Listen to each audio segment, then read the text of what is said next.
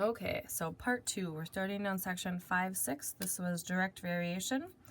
So what is the formula for a direct variation equation? This was that y equals kx. There is never a y-intercept other than 0. And so it always is going to go through the origin. And there's a constant. It says tell whether 6x equals negative 4y represents a direct variation.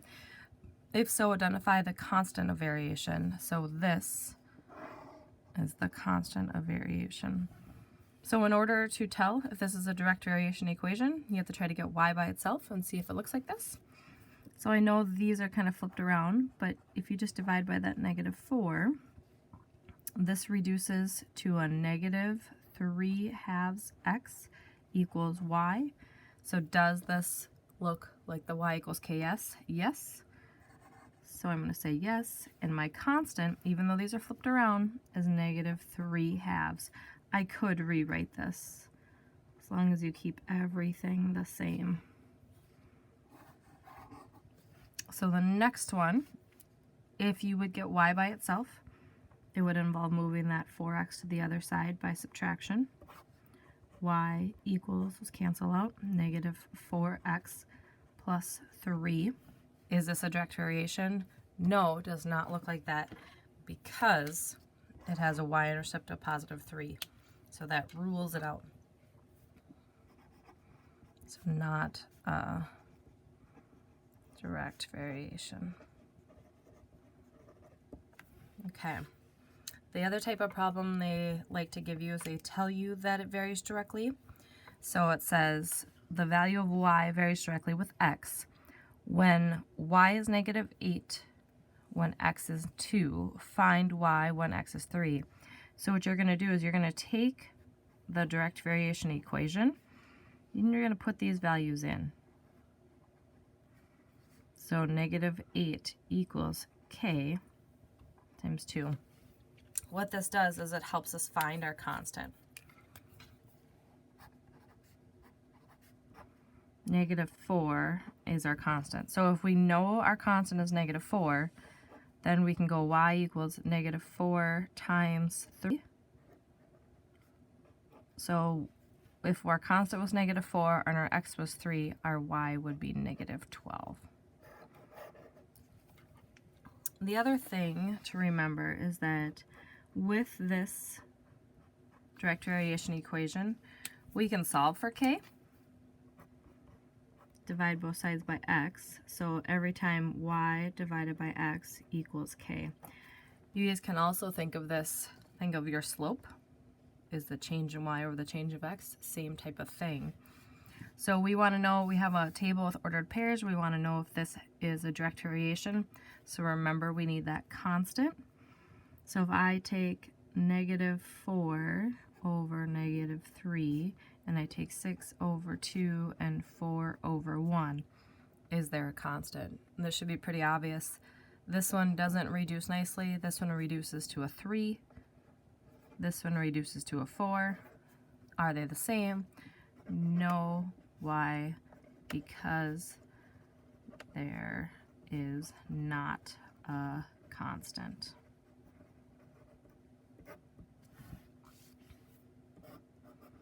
You can show your work right there. So that was direct variation. The next section was 5.7, that's slope-intercept form. Remember, slope-intercept form is y equals mx plus b.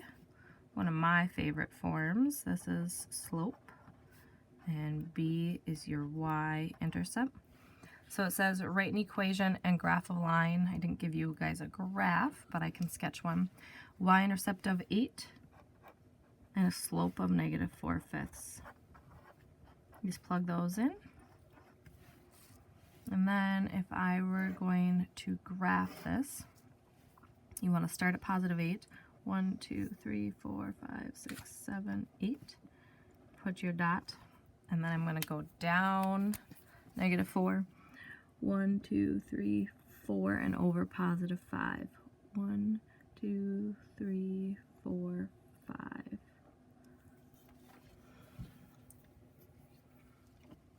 Found a ruler, guys. And then you can graph your line. It was a negative, so it's going down from left to right. And you guys can always do a little graph like this anytime you want to check something. So the next one says, write an equation that describes a line in slope-intercept form. They give you the slope and a point.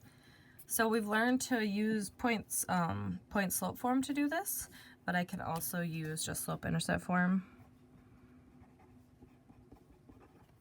If I know the slope, I can put that in for my m, and I know the point, I can put a -5 in for my y, a 1 in for your x, and you can solve for the b. -5 equals 4 plus b. Subtract the 4 from both sides. -9 equals b. So then my equation would be y equals 4x minus 9. The slope goes in for the m, and we solve for the b and that one in here. There we go. Next page, point-slope form. It says write an equation in point-slope form and then in slope-intercept for the line that goes through 4, -1, and -2, 8. So in order to be in point-slope form, you need a point and the slope. Well, we've got 2 points but no slope. So I'm going to use my slope formula, x1, y1, x2, y2. 8 minus a -1 over -2 minus 4. So this gives me, on the top I get a 9, and on the bottom I get a -6. So this gives me a slope of a -2/3, or 3/2. So I'm just going to put it into point-slope form. I actually could use either point, doesn't matter which one. So remember here we have y minus a -1, so it turns out to be +1, equals -3/2, and then x minus 4. If I use the other point, it would look like y minus 8 equals -3/2 x minus, actually turns to +2. So you could use either one of those points. And then to get it into slope-intercept form, you just get the y by itself, you distribute. Y plus 1 equals -3/2 x. And then negative times a negative turns to a positive. Thinking about this in my head, I visualize this -3/2 times 4/1. And this gives me a 12/2, which is a 6. So it's a -6. Actually turns to a +6. Let's get the right color there. Then to get the y by itself, you subtract that 1.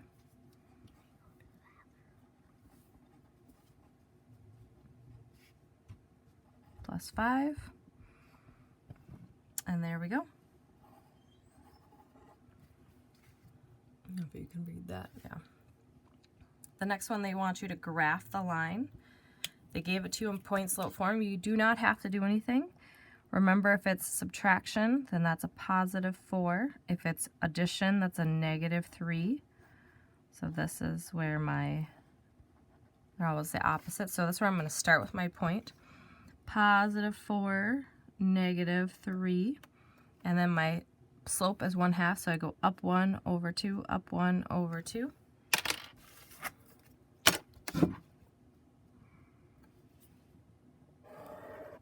Graph your line. You could get this in slope-intercept form and check it if you'd like. That would be a good method to check. So maybe I'll just show you that really quick. If you distributed this, y plus 3 equals 1/2 x, half of -4 is 2. Then if I move this to the other side, I would subtract 3 from both sides. Y equals 1/2 x minus 5. Well, where did it cross the intercept? -5, up 1 over 2, up 1 over 2, up 1 over 2. You can see that it creates the same line. Number 24 here, it says write an equation that describes the line in slope-intercept form. The slope is 2 and 1/3 is on the line. So this is where you can use your point-slope form. So y minus 3 equals 2 times x minus 1. And we're going to do just what I did right here. Distribute the 2.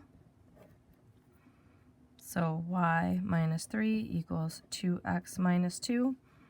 Add the 3 to the other side. Y equals 2x plus 1. That's how you can take and put it in slope-intercept form. Okay, so that's all on point slope. Almost to the last section. We're on 5-9, slopes of parallel and perpendicular lines.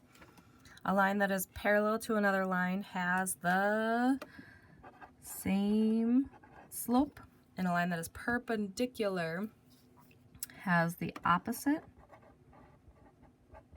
reciprocal.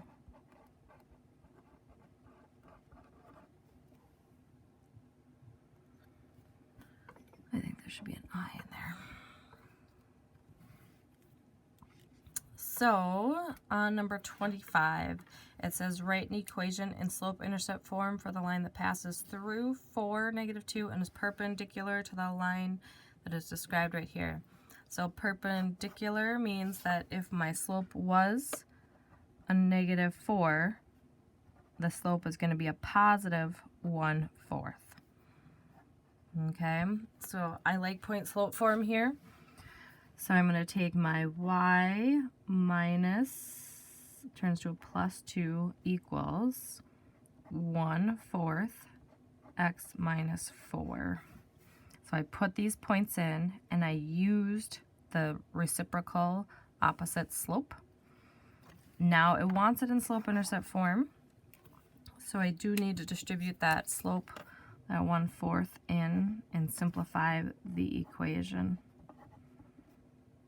1/4 x, 1/4 of 4, -4 is just 1. And minus the 2 from both sides, y equals 1/4 x minus 3 is your equation. Okay, so number 26. On yours, these two little fractions did not print for some reason. So remember, lines that are parallel have the same slope. These are not in a nice form in order to tell if they are what their slope is. So you need to take them. For example, this one, 4x plus 3y equals 15. And you need to get the y by itself. So I'm going to minus that 4x. 3y equals -4x plus 15. And then your next step is to divide by that 3. You have to divide everything by the 3. So this turns into y equals, maybe I'll just write it down here, y equals -4/3 x plus 5. So parallel, same slope. So this line is going to be parallel to this one because they both have that -4/3. Let's just practice by doing the other one. 3x minus 4y equals -8. Again, I'm going to move that 3x to the other side this time. -4y, don't forget the negative. And then I'm going to divide by that -4. I know I didn't give you guys a lot of room to work here. This cancels. I get y equals a positive 3/4 x. And then this is plus 2. So this line and this line end up being parallel. Okay, the other ones are opposites and they're reciprocals of each other, so they are perpendicular. Okay. Last section, guys. I know this video we're at 15 minutes, but I'm trying. Last section, we are supposed to graph them and describe the transformations from the graph of f of x to g of x. So the first graph, f of x equals 1/2 x. There is no intercept, so remember that's at 0. So up 1 over 2 is my slope. Remember, if you don't have that ruler, you can just use something straight. These transformations, you really need to have a straight line to be able to tell. I like to label my lines right away so I know what they are. Then my second one, I'm doing a different color. I brought all my beautiful pens home. I have a +2 where I start, and I go up 4, 1, 2, 3, 4 over 1. And then I'm going to draw my line. Now, I started us off with a transformation that did 2 things. So the first thing, notice that it went up. So remember, that's a translation. Up 2 units. And then what else happened? Well, it went from the purple and it rotated, and it became steeper. So translation up 2 units, and it rotated steeper. And let's do a couple more on the other side. Again, graph them, see the difference. So my first one, I'm going to start with just an x. Remember, there's a 1 in front of the x and a 0. So it starts right here. Up 1 over 1, up 1 over 1, up 1 over 1. You guys are probably going to get to the point where you don't need to graph them to see to know what transformation occurred, but it's good practice. Then your other one starts at +4. The slope is the same, which means they are going to be parallel.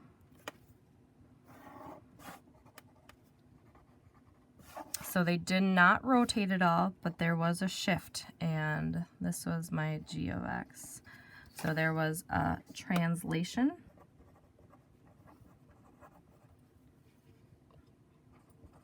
And it went up 4 units.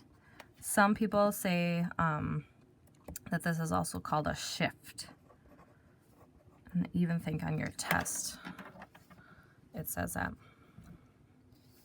Okay, the next one, I start at 0, and I have a +4, 1, 2, 3, 4 over 1, 1, 2, 3, 4 over 1. Oops. And then I'm going to graph this.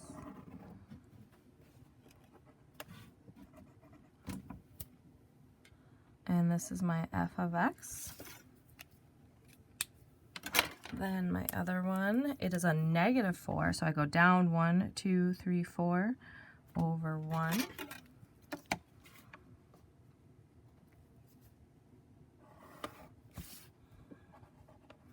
And so when the slopes are opposite of each other, one was positive, one was negative, and you can see that this just flipped across the axis there, the y-axis.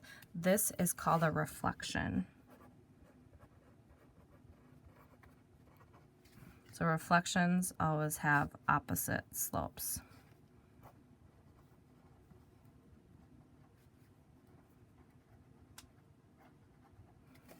Okay, the last one here, I am going to start at -2. My slope is a +1/3, up 1 over 3, up 1 over 3. And then I am going to graph my line. This is my f of x. And then my next one starts at the same place, but I go down 1 over 3, down 1, what's my negative? 1, 2, 3.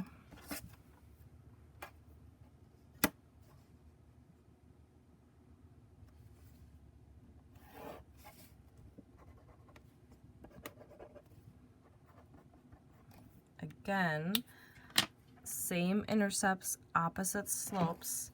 So this is a reflection. And it is across the y-axis. So, sorry, the only rotation I showed you was the rotation on the front side. Rotation, the slope changes, and usually tell me which point it rotated about. And then reflections, opposite reciprocal or opposite slopes. And then translations, they change the y-intercept because they shift up and down, but the slope stays the same. So, this is the end of your guys' review, and let me know if you have any questions. Thank you.